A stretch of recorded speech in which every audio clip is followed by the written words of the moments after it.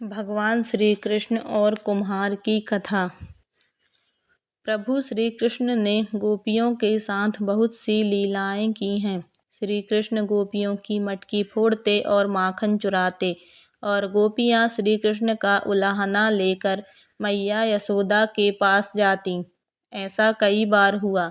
एक बार की बात है कि यशोदा मैया भगवान श्री कृष्ण के उलाहनों से परेशान हो गईं और छड़ी लेकर कन्हैया की ओर दौड़ी।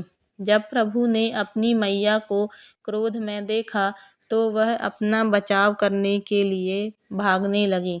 भागते भागते श्री कृष्ण एक कुम्हार के पास जा पहुँचे। कुम्हार तो अपने मिट्टी के घड़े बनाने में व्यस्त था, लेकिन जैसे ही कुम्हार ने श्री कृष्ण को देखा तो वह बहुत प्रसन्न हुआ। कुम्हार जानता था कि श्री कृष्ण साक्षात परमेश्वर हैं। तब प्रभु ने कुम्हार से कहा कि कुम्हार जी, आज मेरी मैया मुझ पर बहुत क्रोधित हैं। मैया लाठी लेकर मेरे पीछे पीछे आ रही हैं। भैया मुझे कहीं छिपा दो। तब कुम्हार ने श्री कृष्ण को एक बड़े से मटके के नीचे छिपा दिया। कुछ ही देर में मैया यशोदा भी वहां आ गईं और कुम्हार से पूछने लगीं, क्यों रे कुम्हार, तूने मेरे कन्हैया को कहीं देखा है क्या? कुम्हार ने कह दिया, नहीं मैया, मैंने कन्हैया को नहीं देखा। श्री कृष्ण यह सब बातें बड़े से घड़े के नीचे छिपकर सुन रहे थे। मैया तो वहां से चली गईं। अब प्रभु श्री कृष्ण कुम्हार से कहते हैं, कुम्हार जी, यदि मैया चली गई हों तो मुझे इस घड़े से बाहर निकाल दो।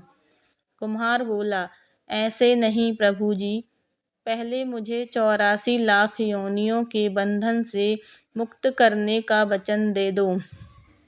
भगवान मुस्कुराए और कहा, ठीक है, मैं तुम्हें 84 लाख योनियों के बंधन से मुक्त करने का वचन देता हूँ। अब तो मुझे बाहर निकाल दो। कुम्हार कहने लगा, मुझे अकेले नहीं प्रभु जी, मेरे परिवार के सभी लोगों को भी 84 लाख योनियों के बंधन से मुक्त करने का वचन दोगे तो मैं आपको इस घड़े से बाहर निकालूंगा।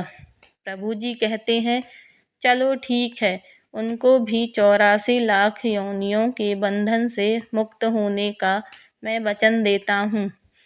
अब तो मुझे घड़े से बाहर निकाल दो। अब कुमार कहता है, बस प्रभु जी, एक विनती और है, उसे भी पूरा करने का वचन दे दो तो मैं आपको घड़े से बाहर निकाल दूंगा। बता दो, क्या कहना चाहते हो? कुम्हार कहने लगा, जिस मिट्टी के घड़े के नीचे आप छुपे हो, उसकी मिट्टी मेरे बैलों के ऊपर लाद के लाई गई है। मेरे इन बैलों को भी 84 लाख योनि के बंधन से मुक्त करने का वचन दे दो।